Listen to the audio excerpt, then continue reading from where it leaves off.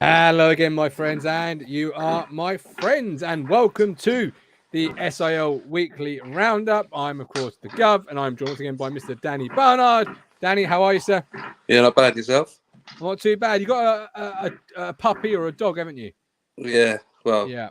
yeah.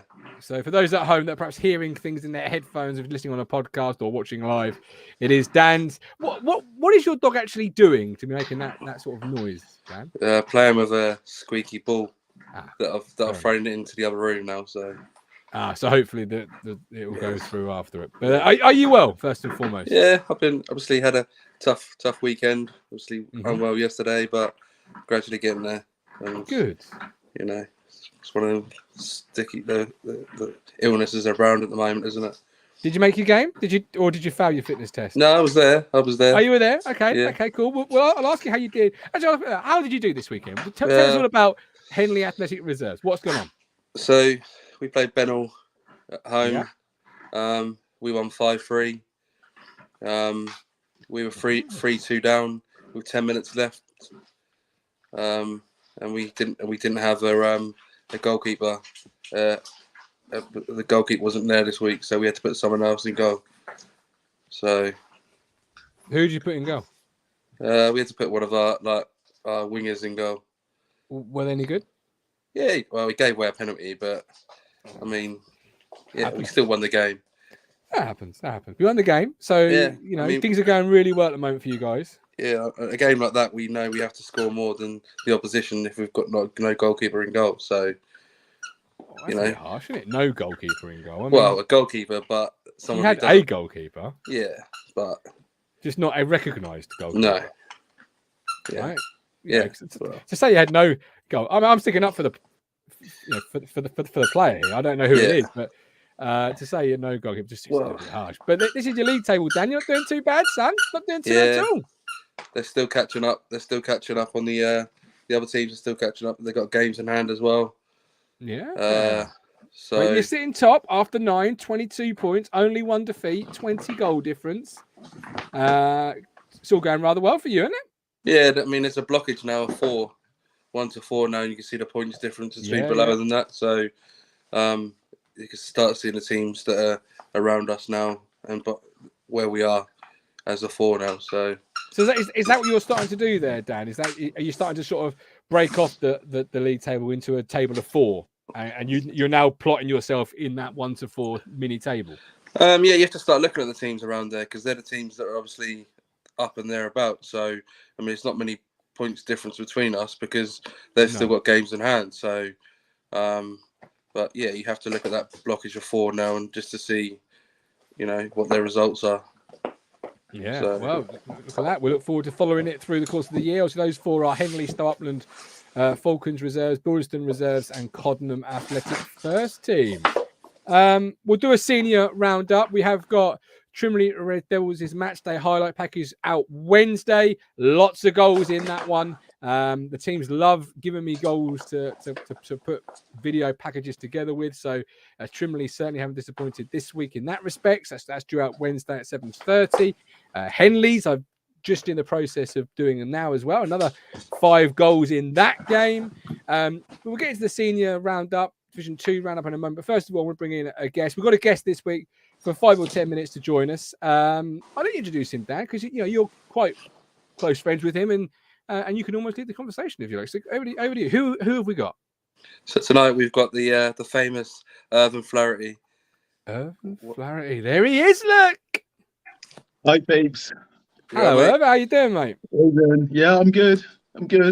Good man. So for the press, anybody watching that isn't familiar with yourself, which I would just find mad because everyone should know who you are, Irv. But what role within the S.I.L community do you play? So are you a player, ref, coach?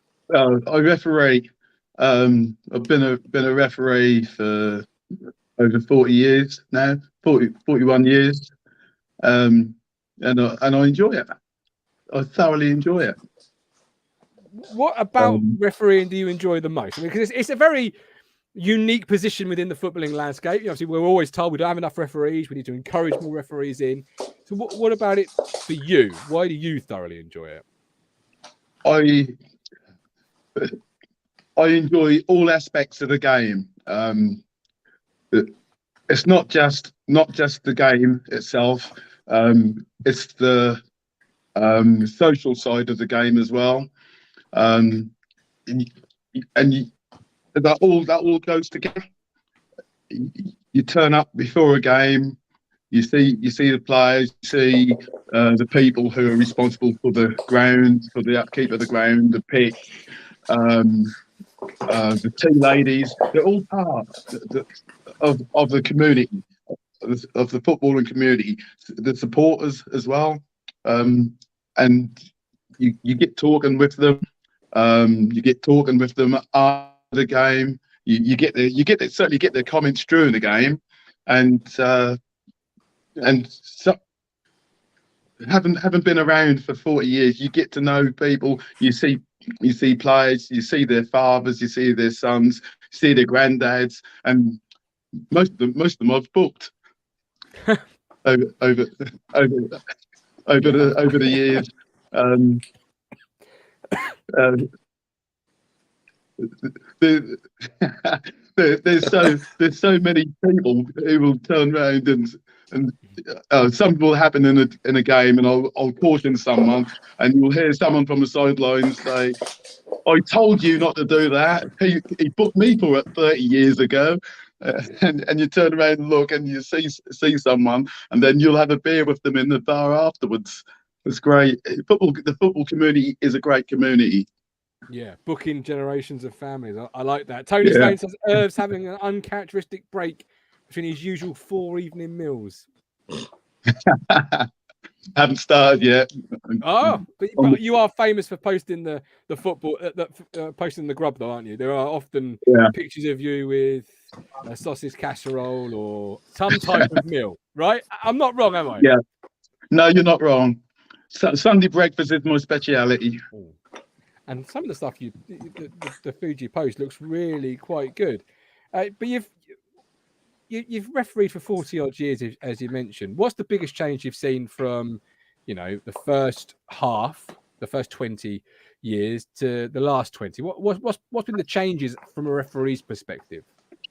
Cool changes. That's a hard one. Sorry. I think the lack of respect. Oh, okay, yeah. I would say is the biggest change. Not so much the rules, because the rules, everyone has to adapt to the rules, but the total lack of respect from players, from supporters, from managers. I just find it unfathomable. I try and treat respect for everyone, but I try and treat the players. The way I speak to players, I try and speak to players in a way that I would like to be spoken to myself, but it doesn't always come back that way. Players don't appreciate that I have played the game as well, and I try not to give silly free kicks, but a lot of times players want silly free kicks. They want the game broken up. That's not the way I want it to be played. And so every referee referees to their own style. I try and keep a game flowing, because I feel that when the game is flowing, people are just concentrating on playing the game. If you stop, start, and people have got an excuse to then make a comment, which is an unnecessary comment. Also, players don't. I don't understand why players want to keep stopping and starting. I've never understood that, because if you've got the ball and someone's been fouled, but you're going forward, keep going forward. I can understand them wanting a free kick if it's going sideways or backwards, but if you're going forward, you always got a chance of scoring a goal. And if you're advancing, you can always catch a team on the hop. So just keep playing. But a lot of players just want to stop, start, and and I think that breaks up the game and ruins the game. Yeah, and you're very much somebody who wants to let the game flow, let the quality show. I think you're right there, Irv. I remember a referee when I used to play used to come to the dressing room before the game and used to say, "I don't really mind what you do to each other, but speak to me and you'll go in the book." Big on respect, big on the discipline of respect, but really, providing you're within the confines of the rules, obviously. He was somebody who's going to let the game flow, let play happen. And what do you put that down to in terms of referees that perhaps are a bit whistle friendly? Or is it more of a player driven thing? Is that what you're saying? Is it more player driven, or do you think some referees can be? It's a good perspective to have here. Like I say, each referees to their own individual style, and if you've got the referee, if the referee's got the whistle here, it's an easy temptation to blow up immediately. If he's got it in his hand and his hand is down, it takes that second to get the whistle up to the mouth. But if you let it play, just let it play run for a few seconds, you can always pull it back. Always pull it back and give the free kick if the advantage doesn't work out. The position of the hand to the whistle is actually a really good comment, because I suppose that's thinking time, isn't it? It's that extra second or two thinking time, processing time. Yeah, it's amazing how many people, just because someone is fouled, it doesn't, or someone goes to ground, it doesn't necessarily mean it's a foul. If someone goes to ground, the ball can run for them to carry on playing, for another teammate to carry on playing. And if the ball is running, as long as the person isn't hurt, isn't injured, then play on. Absolutely. Go on. Carol. I was going to say, what's the best game you've ever refereed? What's the best game in your opinion? Yeah, the highest game, the best game, the most prestigious game. Everyone's best is different for whatever reason it might have been. What is Irvin's best game? In recent memory,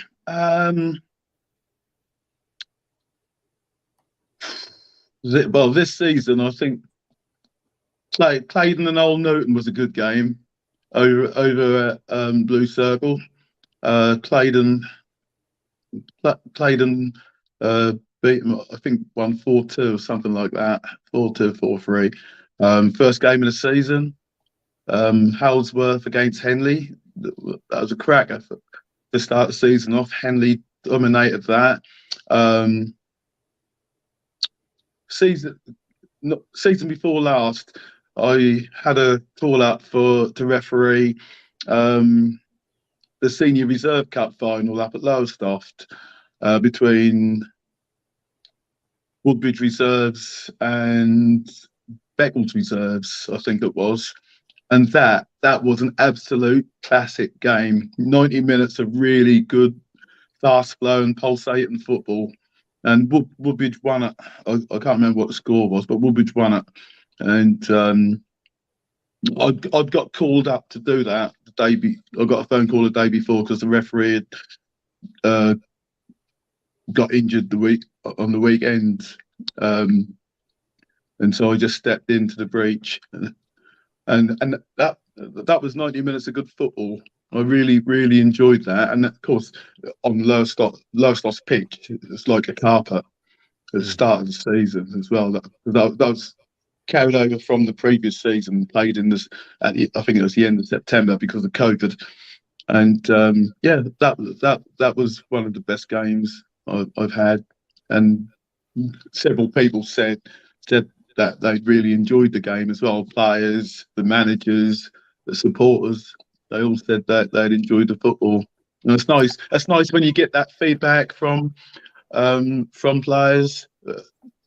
Players say it.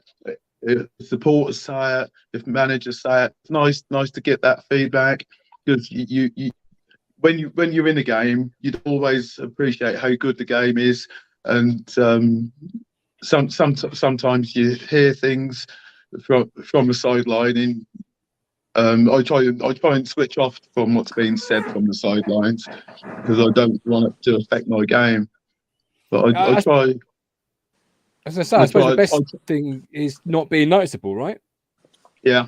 Is that the best thing you can? Yeah. Is that the best compliment you can have as a referee? That the game was such a flowing game that you weren't needed. I guess I don't know. I've refereed, but never refereed consistently, constantly, or to a high standard. I'm going to be honest. I don't know. Well, some people say I don't referee to a high standard either. I couldn't. I'm not saying that. Dan, would you say referees to a high standard? Yeah, I said I've had refs a few times. Luckily, I haven't played when Irv's refed because he probably would have booked me at some point. But I mean, every time we've had him, he's always quite consistent to what he sees. There's always a joke around the pitch as well.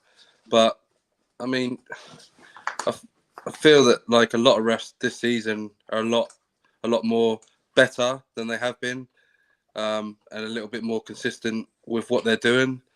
And I think obviously Irv, 40 years down the line, he's obviously still doing what he does best and being consistent to what he sees. So, and you don't have many refs around at the moment, which is a shame because, you have senior games that only have one ref, or you have, it's not the same.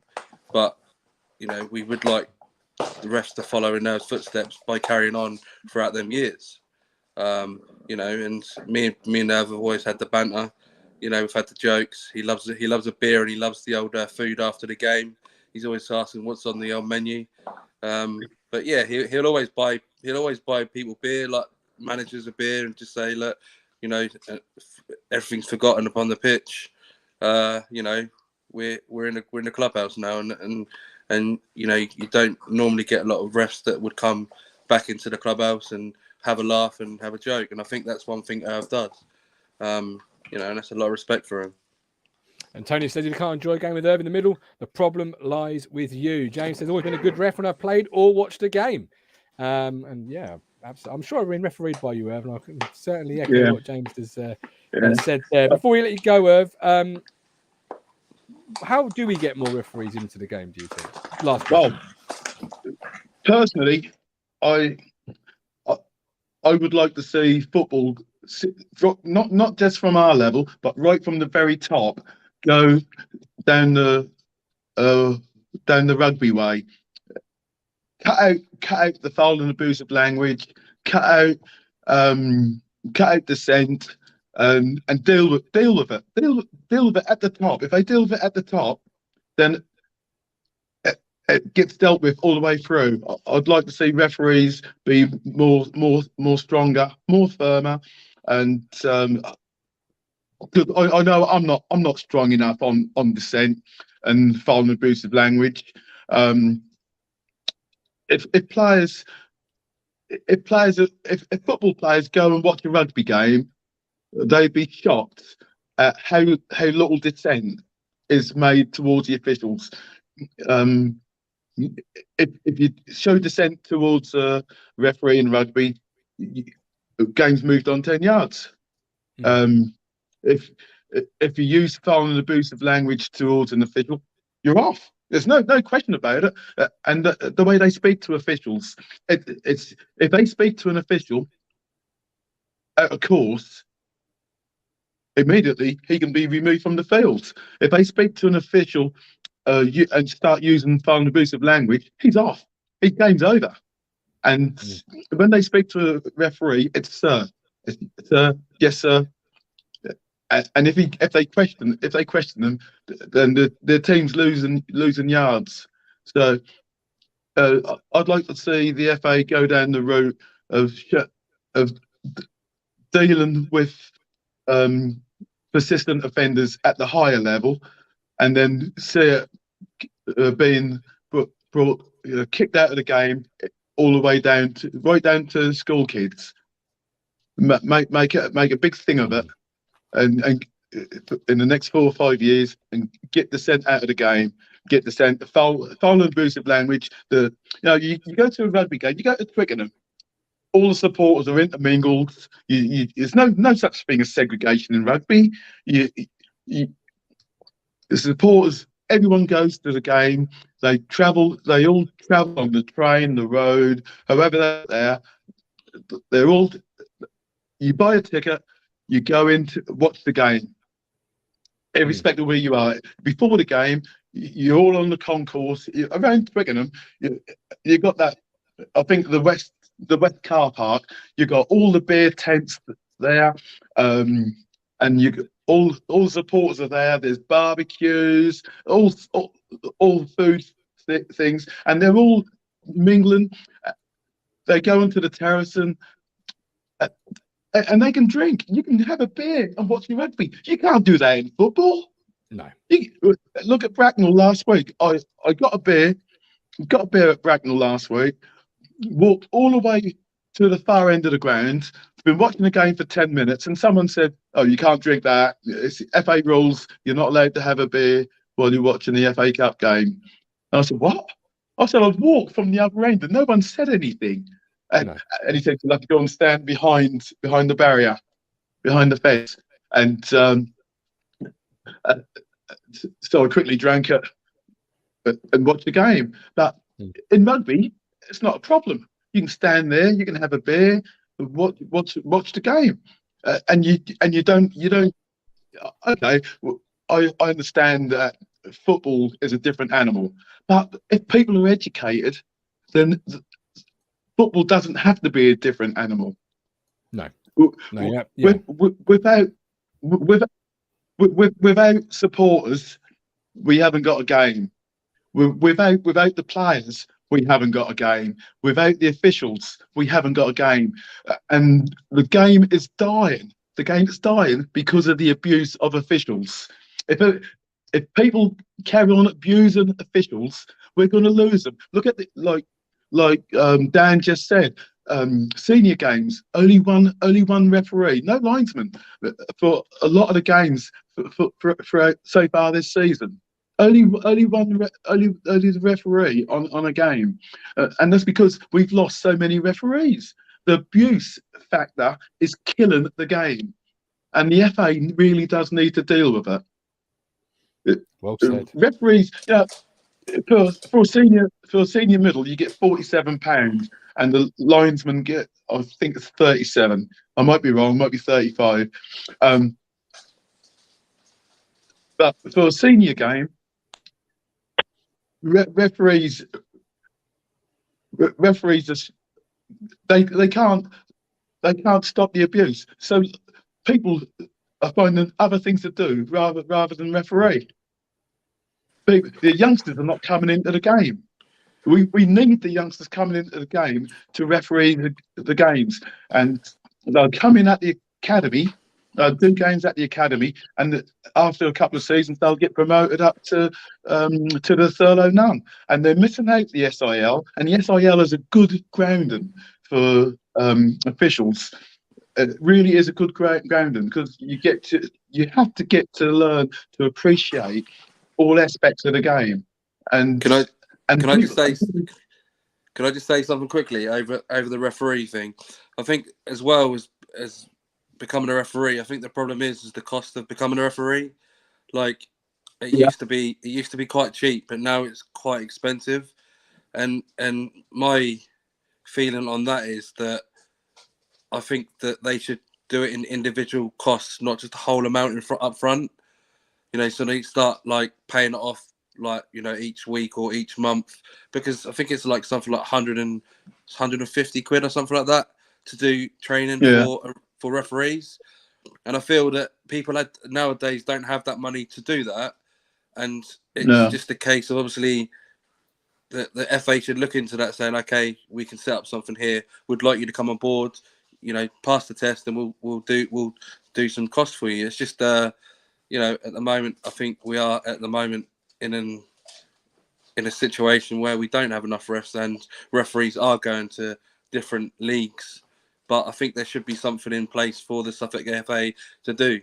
But equally, 50 quid is it worth it? 50 quid for the amount of stick that you get? Probably. I don't know if it is. No, it's £50 is. Well, that's what I'm saying. That's what I'm saying. The referees are finding other things to do with their Saturday afternoons and Sunday mornings because of the abuse. They don't need it. You know, I'll hold my hand up and I'll say I'm a talker. I'll happily talk to players, and I think this season most of my games I've had maybe one or two cards in my games, and that's it. Without checking, without having a quick check, I'm pretty sure that nearly all the games I've had this season has been down to one or two yellow cards, and that is it. Saturday was a bit different. Not going to talk about that. No, we'll leave that one there. But Tony says the FA should fully fund the referees' course with kit. There's no game without them. Yeah, I agree. And we're thankful for you, Irv. We really are thankful for you and everything you've done, not only this weekend or other weekends, but over the 41 odd years for the game of football in Suffolk. Without people like yourself, we wouldn't be able to sit here and talk about the S.I.L. So truly, we do. I just enjoy the football. I've played. I've helped run aside as well. I just enjoy all aspects of the game, and it is a good community for the one or two who try and spoil it. There's another 99 who go out to enjoy it. So I think football is for everyone. It really is. It is for everyone, male, female. It is for everybody. You're absolutely right, Irv. It really is. It's a game that's designed for everybody. Before I let you go, I want to know one final thing. It's the most important thing I'm probably going to ask you over the last 27 minutes, and that is, we hear you've got a cake downstairs. What cake is it? He's got too many to know. He's got too many. I think it's a Victoria sandwich. Cool. Oh, well, you get to it, and we appreciate you coming on, Irv. We really do. Thank you. Look after yourself. All the best. We loved it. Thank you so much. Thank you. Thank you, mate. Love Irv. Absolutely love Irv. Tony says, Irv, man, make 47, but eats £20 worth of match day glove. Good old Tone. We've got Colin Turner. My son is a ref and plays for Dan. Yep. Jamie. Yeah. We've only got a couple of minutes left of the show. Irv, I could listen to and talk to all night long. So we'll just dive into your league, I think, Dan. These are the results from the weekend. Bilderston 4, AFC category 3, Coddenham 2, Mendlesham 1. Obviously, your game we mentioned earlier. Sporting 87 5, East Burgolt 4. That was in the Cup. Stanton 2, Leiston St Margaret's 0. Thurston 3, Wolverston 2. What results jump out at you, Dan? Well, you have to say, you look at the Bilderston score, how close it was. I mean, Casgrave obviously not had a great start of the season, but I mean, we played Bilderston last week and we drew 1-1.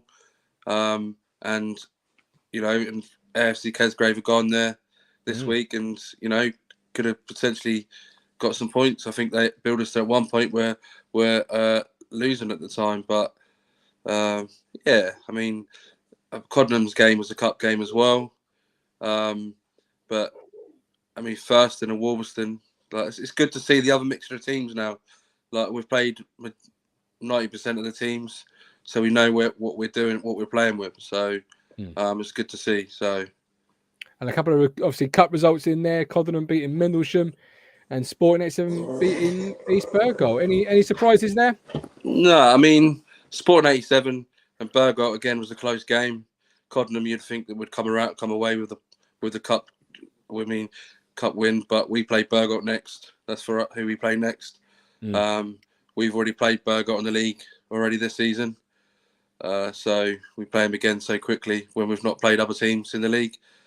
So I don't understand why that is, but well, these are the games that are up this weekend.